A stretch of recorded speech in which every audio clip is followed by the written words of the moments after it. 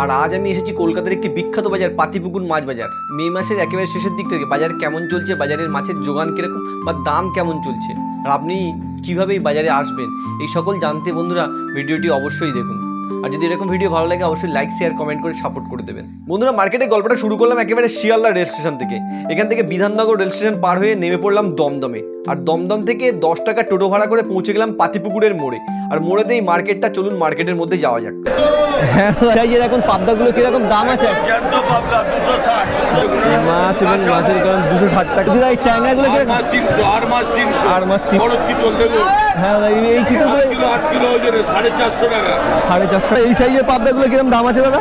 এটা 100 থেকে 150 গ্রাম সাইজ, 350 থেকে 400 টাকা। 480 টাকা হোলসেলে।